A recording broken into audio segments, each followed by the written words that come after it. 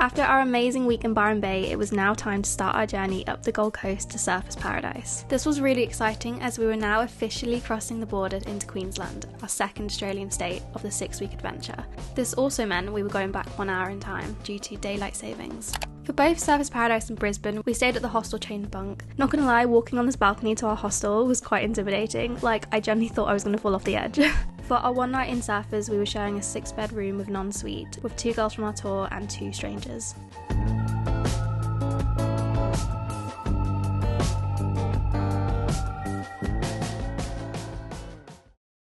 After putting our feet away in the hostel kitchen, Dan, Izzy, Megan and I headed straight away to the Q1 building, which is famous for being Australia's tallest building and having the country's fastest elevator. On the 77th floor you can find the Sky Point observation deck, which has 360-degree panoramic views. Oh, my ears popped. Whoa! Look at that!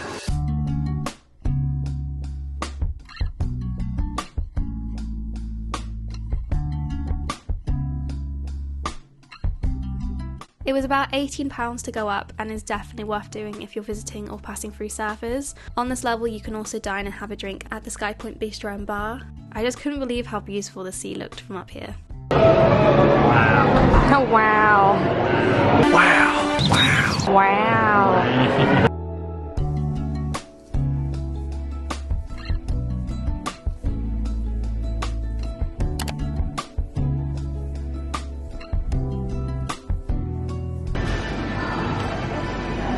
I think we've just found Dan's hat heaven.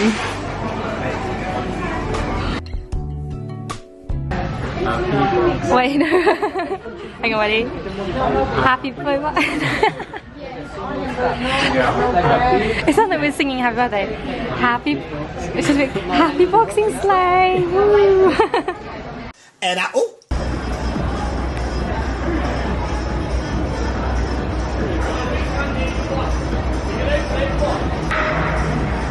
I think out of all the hostels we stayed at, this was unfortunately one of my least favourites. Hopefully the audio on the previous clip can show you why. The nightlife in Surfers Paradise felt very rowdy. There was lots of shouting, car beeping, and of course this thing outside our window that you'd see at a fairground. My bed was also quite itchy and dusty. You know when you look at a room and go, hang on, I don't think they actually cleaned in here. So this, along with the noise, meant we didn't really get the best of sleep.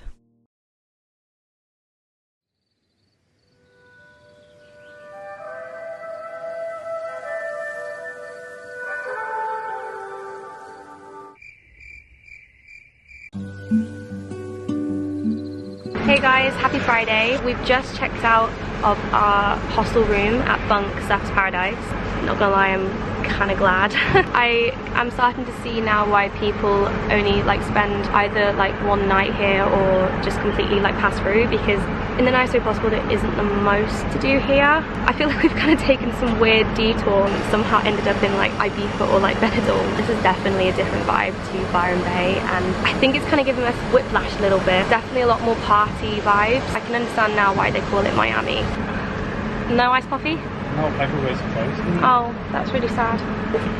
No iced coffee for us. But yeah, as part of our tour, we're here for a day, or I don't even think I can call it that. It's like literally like under 24 hours. And then we're off to Brisbane for 3 nights, which I'm super excited for. Currently actually sat at the bus station now. Dan's sat beside me. We're literally surrounded by all of our suitcases. We've got quite a hectic like back-to-back weekend in Brisbane. We're there from today until Monday midday, and over the weekend we've decided to do both Australia Zoo and Warner Brothers theme park, and we've also just found out that apparently this weekend is going to have highs of 37 degrees, so that's going to be interesting walking around a theme park or a zoo in that weather. But weirdly I don't mind that, because since Byron was quite slow and this was just a bit of a strange experience, I'm excited to get back to doing big activities and yeah, just exploring more of Australia, and I've heard really good things about Brisbane. So yeah, we're gonna go get the coach now. Oh, you alright? So we're gonna go get the coach now, and I'll update you guys when we get to Brisbane. I feel like my lips were stuck to my teeth. Oh.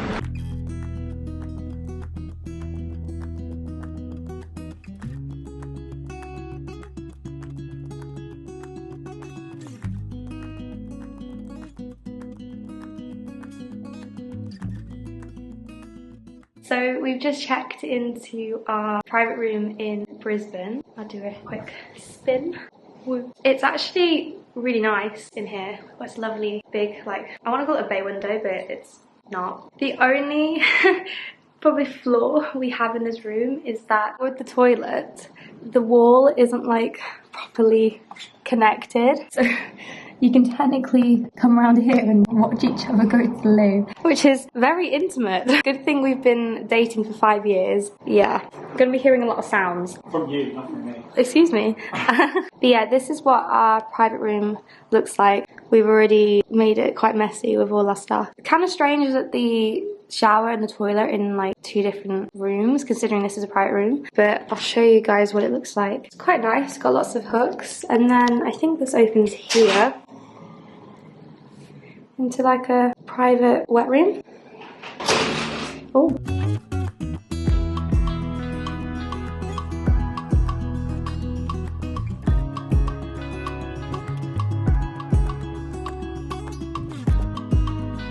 Enjoying that. That is good.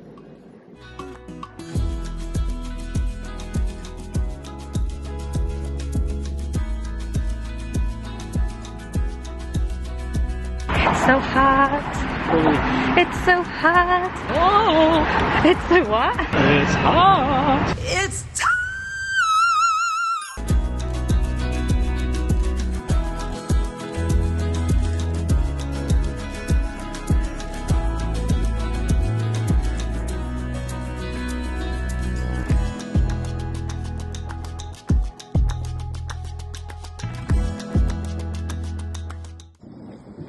Oh, he's eating. He's eating.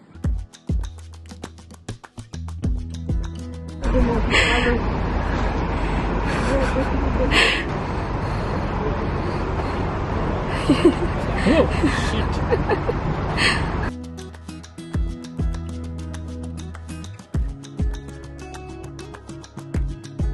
I'm so sweaty right now.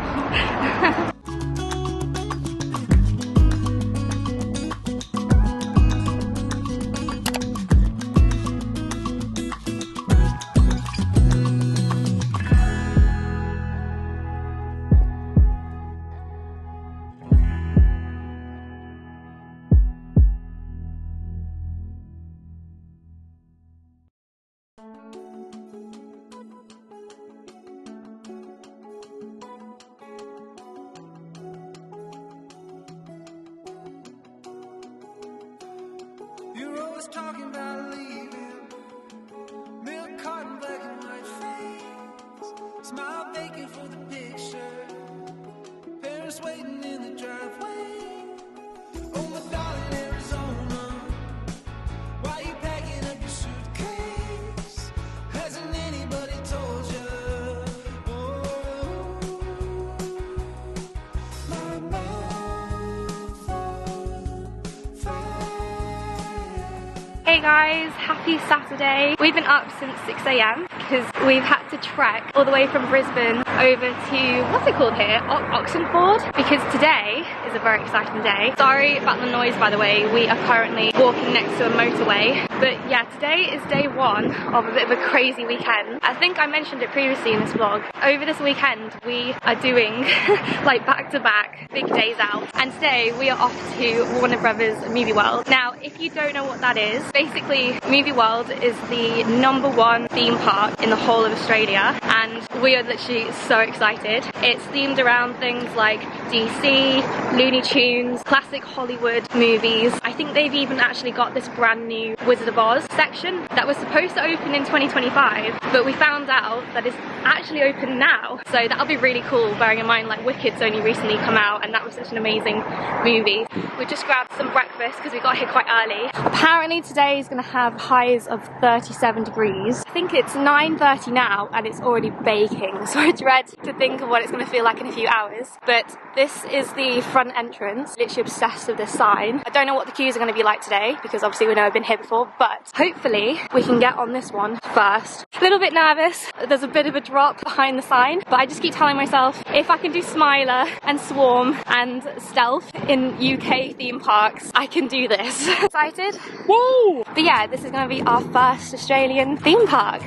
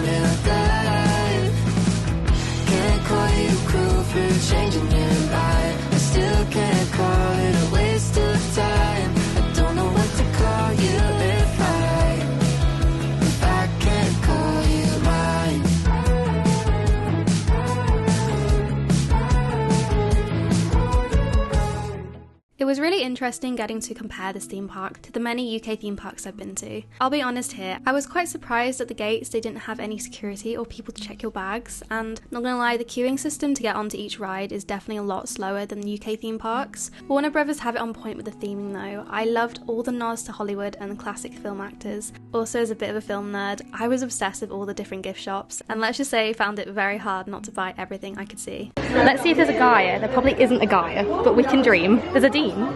Graham, I might go for Graham. There's a Grace, there's a Glenn, there's a Jeff, there's a Gary. Shall I get Gary? That's close to Gaia. That's close to Gaia.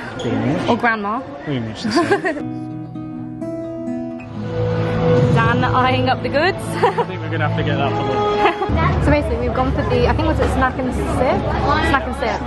And we've got nuggets and chips at the top, fries, and then this is all Pepsi. I'm kind of scared it's gonna like blow away, but don't you think this is the coolest thing ever? Dan's got his fans.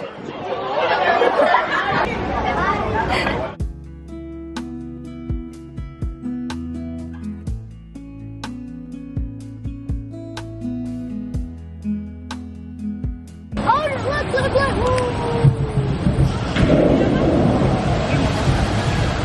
That don't look too bad to be fair.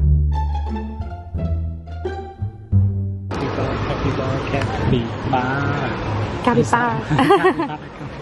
Capybara. You want to do like a walk, cowboy walk?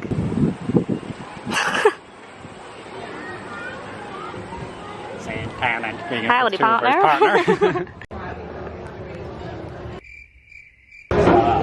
Yeah, Dan's doing his best Clint Eastwood face. Careful what you wish for.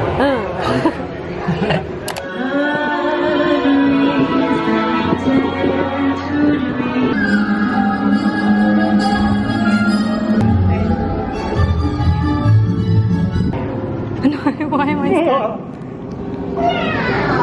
Oh my god, I'm gonna end up banging into something.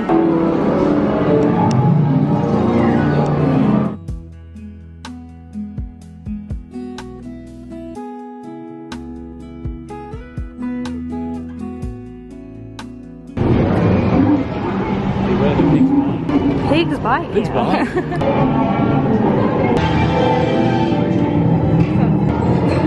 Because of the hurricane. The hurricane. What's the tornado? It's because of the hurricane.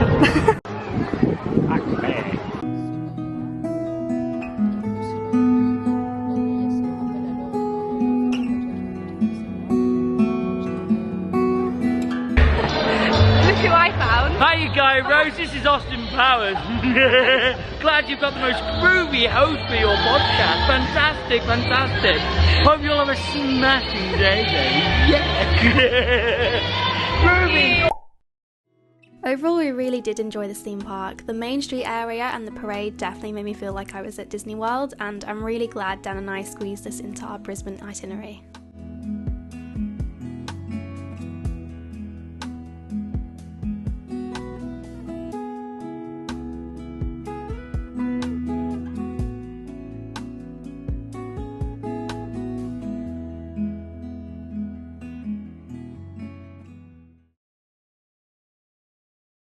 Hey guys, happy Sunday. Today is a very exciting day because not only is it our day 2 of this manic, like back-to-back crazy weekend, but most importantly, it's Australia Zoo Day.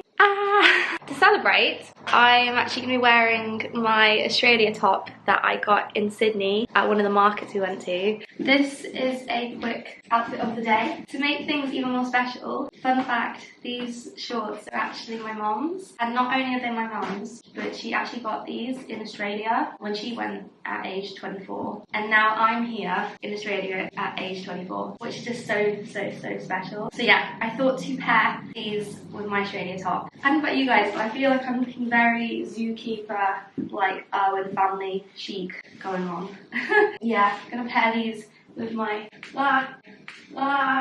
hiking boots, because I reckon today is going to be a lot of walking again. My hair's not looking the best. It's starting to struggle with this whole like 30-degree thing. This whole 30-degree heat thing. Literally after like the first day of washing it, it just turns into a bit of a greasy mess. But yeah, we're just gonna have to go with this because I definitely haven't got time to like wash it now. It's currently 7 o'clock and we need to head out the door right now because at 7:30 we're getting picked up by a shuttle bus. I think the company is called Croc Tours. So yeah, let's get on the road.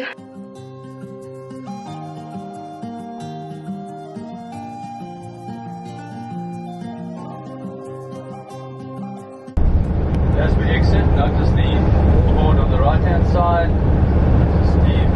Crocodile. This area is not just well known for the zoo, but also for the Glasshouse Mountains. Fun fact, the Glasshouse Mountains aren't actually mountains. Instead, volcanic rock pushed up over the course of millions of years, which is really interesting. But before we knew it, we made it. Australia Zoo, my biggest Australia bucket list item.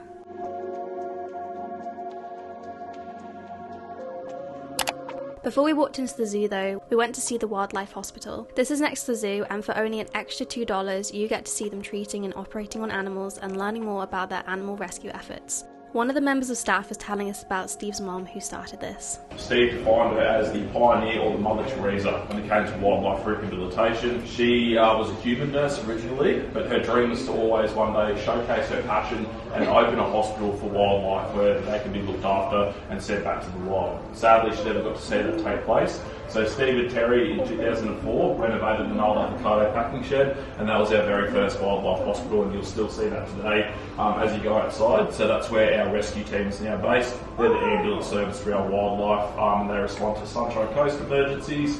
Other rescue groups might travel up to 6 hours to bring in an animal because we are the largest wildlife hospital in the Southern Hemisphere. So we do cater for any animal that may come through our doors from various places. All these animals here are rescued from the wild, which is really cool. At no cost to the general public, animals can be brought in at any time of the day, whether they're sick, injured or orphaned. We'll never turn them away. We take up to 10,000 a year. Since we opened our doors back in 2004, we've treated just under 140,000 animals. You might see they're actually doing some work on a baby koala right now. So unfortunately this is one of our orphans. This little fella here has lost his mum unfortunately, so we need to give him some tender loving care. I believe he was attacked by a dog, so which is quite unfortunate. So he's had a few injuries, so our vet team's just doing some checkups right now.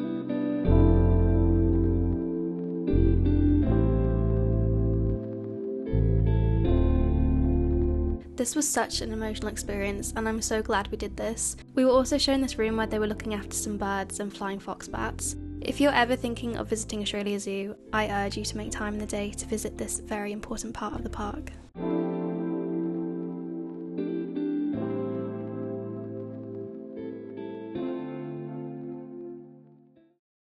Then it was time to head into the zoo. I still couldn't believe I was witnessing these iconic signs in real life. After entry, we quickly nipped into the gift shop to buy Dan an Australia Zoo hat. The zoo itself is over 110 acres, so we got the shuttle bus to the back of the park and worked backwards, starting with the Africa section. Oh, sorry. Oh my gosh, sorry. You're alright. Death by gate. He's eating! He's eating! Oh, he's eating! He's eating! It's like inside joke as well. Posing. Yeah, it's like me waiting for a bus. Waiting for a bus? Yeah. You're like, where's the bus? We only did the one day, but you could easily spend 2 days here because of how many animals there are to see and things to do. Fortunately, we managed to squeeze in quite a lot, from meerkats, red pandas and elephants, to tigers, cheetahs, and a lot of snakes. Can't forget the lemurs too.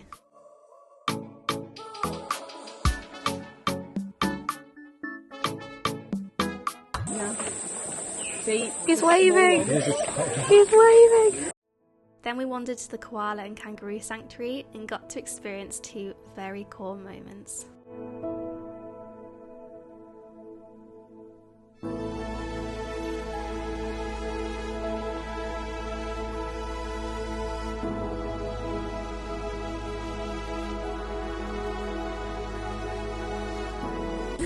Oh my god.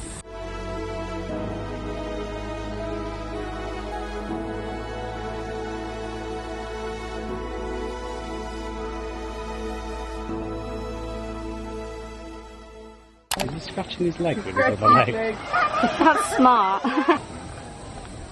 No one finds out. Like me trying to get out of that bunk bed. No.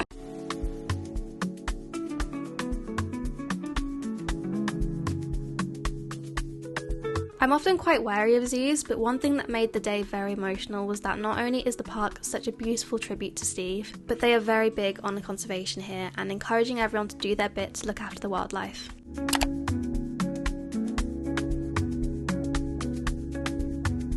After lunch at the Crikey Cafe, we found our seats in the famous Crocoseum, ready for the most exciting thing of the day. Welcome to my Australia Zoo. From here, where you're sitting in the Crocoseum, we want you to learn and appreciate how gorgeous crocodiles really are. You'll be looking at one of the most ancient animals on the face of the earth, and it's our responsibility to make sure the crocodilians survive for another 60 million years. So don't forget, crocs rule here at Australia Zoo, here at the Crocoseum. Woo! Come with me, share it, share my wildlife with me, because humans want to save things that they love. My job, my mission, the reason I've been put onto this planet is to save wildlife. And I thank you for coming with me. Yeah, let's get it. Hey, welcome to Australia Zoo! Welcome into our world famous Crocoseum. How are you all doing today? So is anyone here visiting for the very first time today? Is there anybody visiting from overseas? Okay, a good portion. Is anyone here, from the UK? Now, Steve, he was pretty famous for a lot of things, but he was very famous for one word in particular. Now, can you all tell me what that word was? Today is a celebration of wildlife and conservation, and it's thanks to Steve.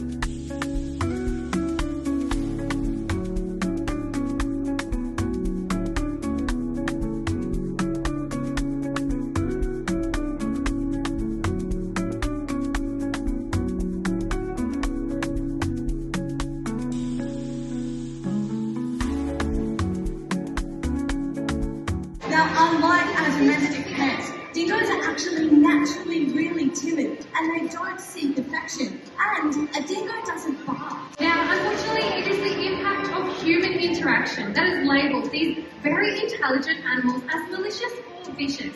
But we can all help to change that narrative by always being smart in dingo territory. So if we keep from refraining from feeding dingoes or even leaving food out in dingo habitats, we can be sure that we avoid encouraging these beautiful animals into human conflict. After the dingoes, we were introduced to Ocker, the talking cockatoo, who is nearly 60 years old and, fun fact, actually worked with Steve when he was alive. That's hello, Ocker, which, yep, that's his name. He's just going to dance for us today. Do you see yourself on the big screen? Is that what's going on? Yeah, you're pretty good looking. Let's try and say hello, darling. Hey, there it is. But Ocker's been working on some impersonations of his own, so we're going to try and show you today. The first one is a kettle. Oh, it's almost too accurate. This This next one is my favourite. It's a chicken. Still the kettle. See if there's a chicken in there. Once you finish your almond, we'll see if there's a puppy dog coming out. Alright, can you show us? Yeah, I know. Can you show us? And a big finish. You're the monster!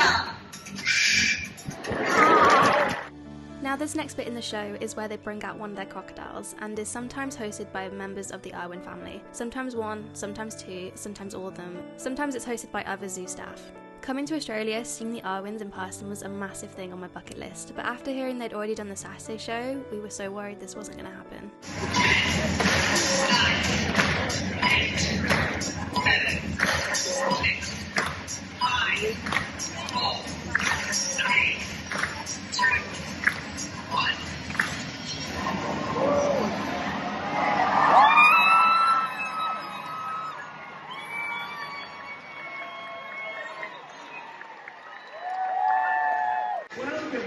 Welcome to Australia Zoo. We could not be happier to have you. It is a good day to see a crocodile. It's a beautiful bonza day, as they say here in this fair country. We've got so many beautiful people here today. We're so glad you're here. We want to thank you for coming and supporting all of our conservation work. Murray, coming out. How's that? He's like, yay, I get to come try to film the Irwin. He's so cute. He is a beautiful crocodile. He's so cute though, because out of all of us, he tries to get Robert the most. I think he remembers Robert. Like, from the loaf of bread. Seeing all the Irwins in person literally made my day, and fun fact, Bindi was actually named after Steve's favourite crocodile, Bindi.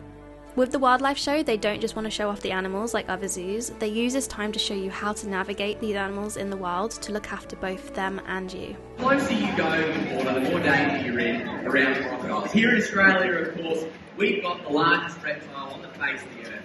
This bloke, the saltwater croc. Pound for pound, probably the most powerful predator in the world. Now, crocodiles rely on vibration to start splashing around like it's having a drink. This gets him really riled up. Now that he's so riled up, hey Mark, he's all yours. Oh, great. Come on, Murray, come on. That's a boy, come on. Right here, big boy. That's it. Come on. Come on, look at the food, man. Woo! That's a boy, Murray. You are a beautiful crocodile. Can you give me a smile? Little smile? Little tiny smile? At all? Are you feeling it? They are incredibly good at camouflaging. They can move through knee-deep water without making a ripple. The reason for that is those beautiful scoots there along their back. They create currents and countercurrents which cancel each other out, and that enables them to move undetected. They get weak. Now, as he comes in, when he decides to pop up, he reveals only very little of his body. His eyes, nose, and ears are all showing. Oh, that was a good strike there. Up here, mother. Here you go, big boy. Oh, give it up for Murray. Hey, you legend. Come here, buddy. Hi, how's it going? Come here, Murray. Come look at the food, not my head. Look, you're just looking at my head. Please look at the food.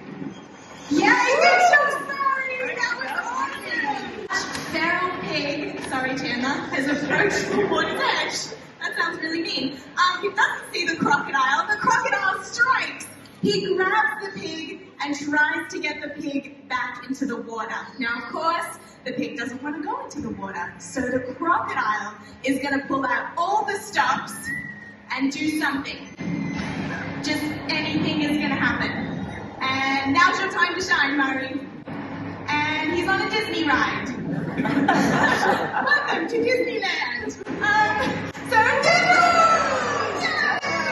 Murray!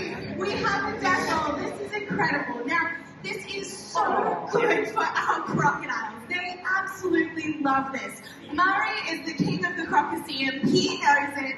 And it's really wonderful to be able to show you guys these extraordinary natural behaviors. We love our crocodiles so much, and this is behavior exactly like what you would see in the wild. A crocodile will death roll to try to roll an animal off its feet, to drown it very quickly. They are so powerful. Crocodiles truly are apex predators, top of the food chain, and they've been on the planet just like you see them today for millions and millions of years. These guys are absolutely amazing. Is he going to get his lunch? Yay, Murray! We're so proud of you, buddy! He gets his lunch.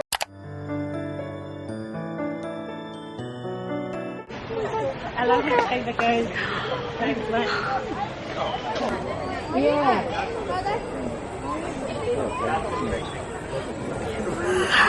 After about 10 years, I'm finally seeing one of my favourite animals. He's got his leaf. He's like, nah, I'm not feeling that leaf. Yeah. Oh. He's staring right at the camera.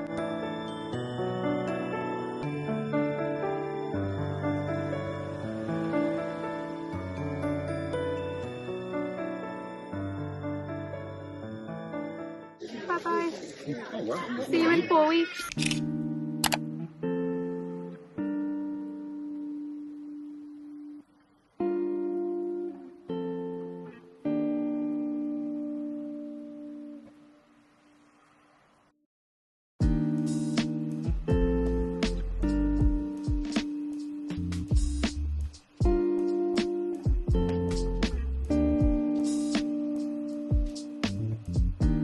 As it was our last evening in Brisbane, Dan and I headed to the iconic Brisbane sign, which gets lit up at night. This looked absolutely beautiful in front of the city skyline. Overall, as someone visiting Brisbane for the first time, we found the city to be a bit of a mixed experience. Our hostel was located in Fortitude Valley, which did feel quiet and safe at times as tourists, but the South Bank part definitely made up for it. It was so peaceful and calming walking by the riverbank and bridges. Thank you so much for watching this Gold Coast vlog, and I'll see you in our next location, which is Noosa, the Sunshine Coast.